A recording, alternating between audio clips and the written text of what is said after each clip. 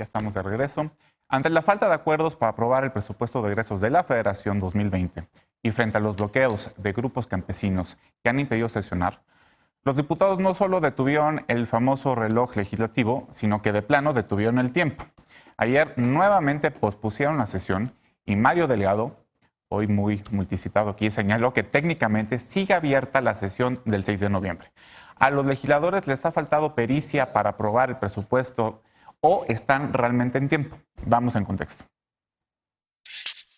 Tras no lograr acuerdos con los grupos que desde el pasado 11 de noviembre bloquean la Cámara de Diputados, nuevamente se pospuso la discusión del presupuesto de egresos de la Federación. En un comunicado, los legisladores informaron que no existen las condiciones para sesionar, por lo que la discusión y aprobación del presupuesto se pospuso nuevamente. Aunque el artículo 74 constitucional y la Ley Federal de Presupuesto y Responsabilidad Hacendaria establecen que el presupuesto se debió aprobar el 15 de noviembre, los legisladores descartaron buscar una sede alterna y optaron por detener el reloj legislativo. El presidente de la Junta de Coordinación Política, Mario Delgado, informó que técnicamente la sesión del 6 de noviembre no ha concluido, por lo que el próximo viernes se reanudará para cambiar el orden del día y dar paso a la discusión del presupuesto. Hace 17 años que no se detenía el reloj legislativo. En 2002, la ley establecía como fecha límite para aprobar el presupuesto el 31 de diciembre. Ante la falta de acuerdos, la entonces presidenta de la mesa directiva, Beatriz Paredes, detuvo el reloj,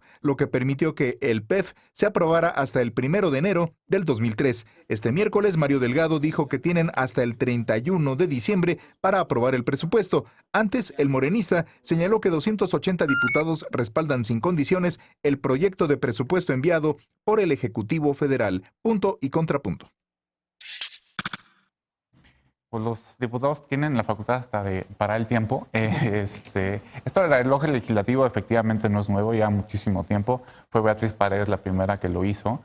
Y aparte es una práctica común. Lo que sí no es común es que se tarden tanto y hayan parado ya hasta el calendario. Normalmente se quedan a dormir los diputados ahí, aprobaban 2 o 3 días después. A mí me tocó el infierno de vivir 3 presupuestos de egresos en la Cámara de Diputados.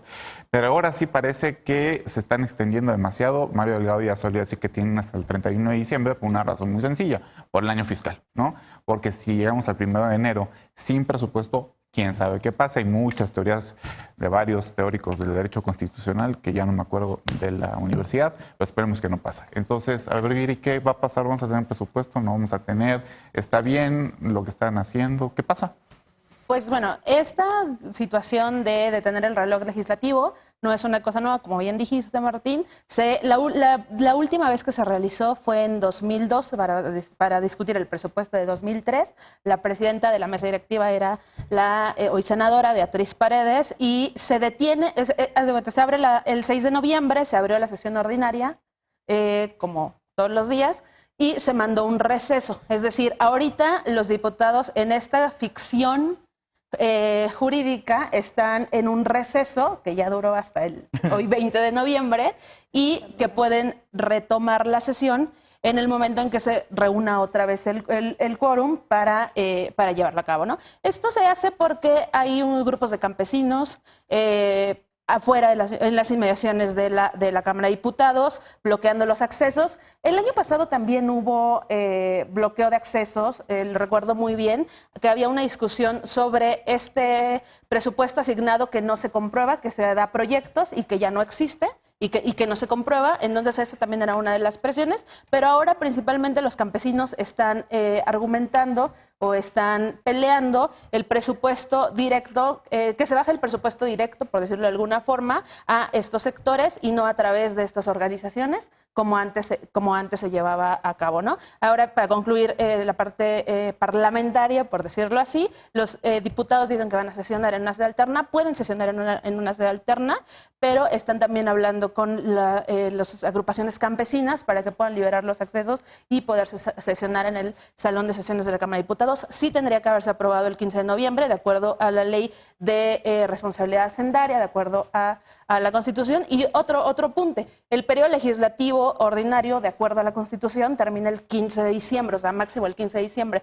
Entonces, si bien sí tienen al 31 de diciembre por el año fiscal, habría que ver también hasta cuándo pueden llevar a cabo reuniones ordinarias, ¿no? Entonces, es un instrumento que se ha usado, que ya se ha usado, que no es nuevo y en Estados Unidos. Y bueno, Pero es ahí que aquí está. no aplica eso. Sí, ahí está. Quiero poner algo sobre la mesa, porque hay una persona que tú conoces muy bien que lanzó un tuit, que es Roberto Gil, diciendo, a ver, nosotros fuimos minoría y nunca nos pasó esto, ¿no? Nunca tuvimos esta clase de, sí de protestas, pero no de tardanzas. Entonces Roberto dice, bueno, es que les falta oficio político. Tú que conoces a Roberto también, ¿qué opinas? Ay.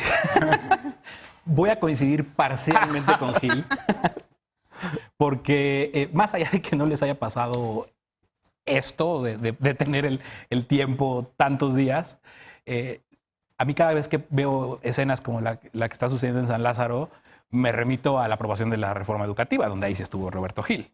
Se fueron a sesionar al Centro Banamex para poderla sacar adelante, ¿no? Esta es una opción que al final parece que van a, por lo que se ha dicho, que se va a optar por esa opción, dado que ha trascendido ya que el viernes estarían sesionando, aunque sea en sede alterna. Lo que yo creo, también por algunas llamadas o comunicaciones que he tenido con algunos diputados, es que en el propio grupo parlamentario de Morena tienen diferencias sobre algunas asignaciones del propio presupuesto. Entonces creo que ya les gustó que los campesinos los tengan afuera. Ya les gustó o ya les fue cómodo en este momento que les estén bloqueando los accesos, porque están también resolviendo, sí, seguramente lo de los campesinos, sí, seguramente las demandas que los tienen ahorita fuera de la sede, pero también diferencias propias sobre la distribución de recursos que les preocupan, obviamente, a muchos de los diputados y diputadas de Morena. Yo lo que sí celebro es que no se está actuando de una forma represiva. Aplaudo, de hecho, lo que dice Laura Rojas, que creo que ha hecho una muy buena conducción en lo que va de su gestión en estos meses, de septiembre para acá, porque retoma pues algo que había hecho el propio Porfirio Muñoz Ledo en su gestión, decir, no vamos a reprimir, no vamos a usar a la fuerza. Vaya, este tipo de cosas han sucedido mucho y se las ingenian de una u otra forma para bloquearles los accesos, para mantenerlos en un perímetro fuera o muy lejos, calles alejadas de la Cámara de Diputados o de la Cámara de Senadores, y saben cómo resolver esos problemas, cómo resolver los accesos, etcétera. Lo que sí va a pasar al final de cuentas, parece ser, insisto, va a ser que tomen una sede alterna y van a sesionar y lo van a aprobar. Y quién sabe realmente el trasfondo de toda esta... Sí, y cambiaron de opinión sobre eso hoy, porque hoy Mario Delgado había dicho, no vamos a usar una sede alterna porque necesitamos el tablero, porque sí necesitamos saber. Y después ya sale con Laura Rojas a decir, sí, el viernes vamos a sesionar en una sede alterna, porque probablemente no se va a resolver el tema. Creo que sí están utilizando esto también como una manera de seguir negociando las cosas en el presupuesto que no están terminados. Yo también sí creo... Pues hay una falta de oficio político. Sí. O sea, están aprovechando su falta de oficio. Yo también diría que sí. Están violando la Constitución porque tienen un mandato y sí les llegó el presupuesto a tiempo. Sí, en septiembre. Digamos que les llegó para poder discutirlo. Y el artículo 74 constitucional dice, ustedes tienen que aprobar algo para el 15 de noviembre. Ahora que ellos encontraron la manera de darle la vueltita al reloj, a mi parecer no es lo que deberían estar haciendo. Yo creo que sí deberíamos estar haciendo cosas en forma. Yo cuando cuando tengo que pagar mis impuestos y digo, ay, pues no, es que se me fue el día y mi línea de captura ya no es válida. Nadie... ¿No tienes la app de parar el tiempo?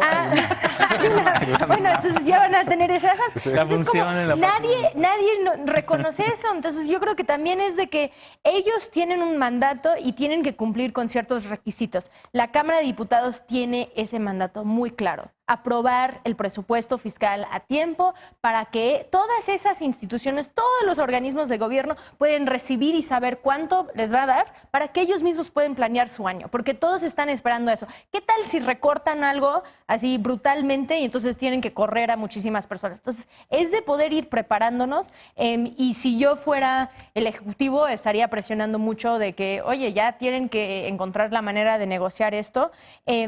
Alejandro lo mencionó y no sé, tú dices que no es posible, pero en Estados Unidos, siendo que cada año alrededor del presupuesto sí hay un shutdown donde entonces ya cierran todos los museos públicos, nacionales, ya cierran, digamos que mientras no se aprueba, que tal vez si llegamos... Posible, sí, pero no sé qué puede ser aplicaría. digamos que si llegamos al 31 de diciembre y no se ha aprobado, eso sería lo que sucede. Y allá sucede muy a menudo. Aquí yo creo que nunca ha pasado porque ahorita viene somos mi derecho más de réplica efectivos. como moderador. A ver, Alejandro, que te No, quiere explotar. Es que me pareció una muy buena pregunta la que hiciste. ¿Por qué antes no pasaba y ahora está pasando? Y definitivamente no es porque los panistas hayan tenido más oficio político o mayor colmillo, sino que más bien antes se claudicaba, se cedía desde el Estado a los intereses de los grupos. Y entonces, ¿por qué se pasaba rápidamente el presupuesto? Pues porque había moches y así se pagaba a la oposición, así se mantenía quietos a los grupos de presión, así se mantenían quietos a los diputados, que había un enorme desvío de recursos para pseudoobras públicas que realmente iban a parar a las campañas. ¿Por qué está pasando ahorita? Porque precisamente se está desmantelando ese pacto que sostuvo durante décadas el corporativismo en México, en el cual el gobierno daba dádivas y a cambio recibía lealtad política de grupos clientelarmente organizados. Aquí se está jugando la subsistencia de ese modelo y los liderazgos de estas organizaciones como Antorcha Campesina realmente se están jugando la subsistencia y contrario a una política de represión, aquí se está escuchando, se está atendiendo, aunque esto va a tomar un poco más de tiempo y va a ser más difícil aprobar el presupuesto, creo que la apuesta vale la pena. ¿Y cuál es la gran diferencia? Que ahora la política social, la política del campo, ya no va a ser a través de una capa que separa al Estado de la ciudadanía, de esta capa de gestores, de coyotes, en donde se quedaban atrapadas en estas redes el presupuesto. Esta política ya es de cero intermediarios y entonces es la población la que va a ser directamente beneficiada. Si hay grupos movilizándose en las inmediaciones, tienen derecho a la protesta, tienen derecho a ser escuchados, pero también hay que decir que hay una mayoría silenciosa que está trabajando día a día con el campo y que ahora sí le están llegando los fertilizantes y los apoyos para sus cosechas. A ver, Alfredo, levantó la mano. Sí, suscribo muchas cosas de las que ha dicho Alejandro. Además de sumarle el hecho de que este es el verdadero primer presupuesto de este gobierno, ¿no? O sea, el que se hace ya con su propia gente, sin la interacción con los funcionarios que estaban en el gobierno anterior, etcétera. O sea, sí es, desde luego, no me sorprende a mí que existan ese tipo de cosas y qué bueno que han desaparecido estos fondos de moches. La verdad sí hay que aplaudirlo, ¿no? Pero tampoco que eso nos... no necesariamente tiene que o quiere decir que todo es perfecto con cómo están estando las cosas. O sea, de entrada lo que decíamos en el bloque anterior, se envía un presupuesto con una proyección de crecimiento del 2%.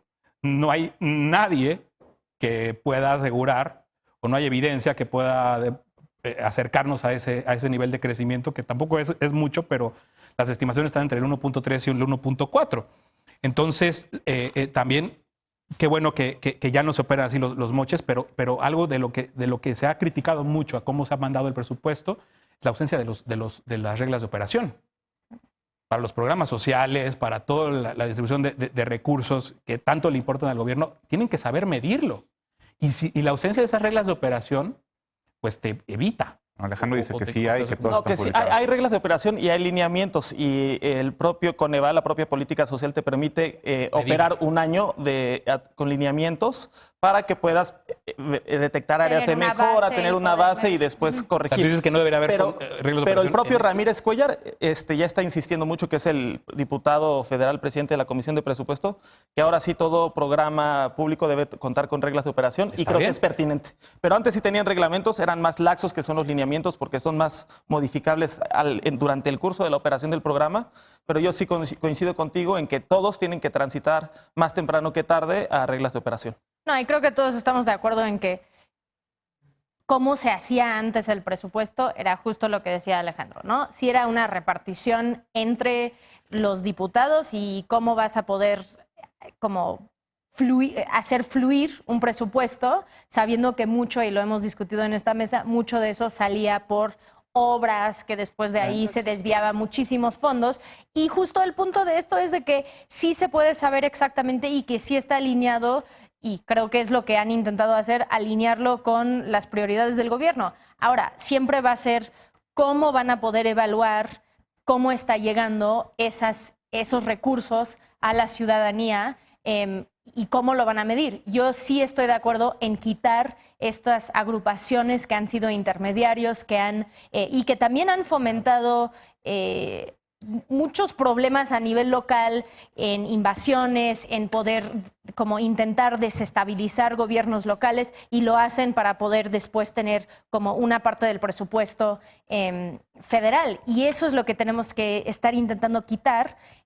La pregunta es cómo lo van a negociar ahora con estas. Dicen que son 13,000 personas que están afuera. Digo, no hay 13,000 personas afuera. Son varios líderes. Y ahora vamos con la paparrucha de esta noche.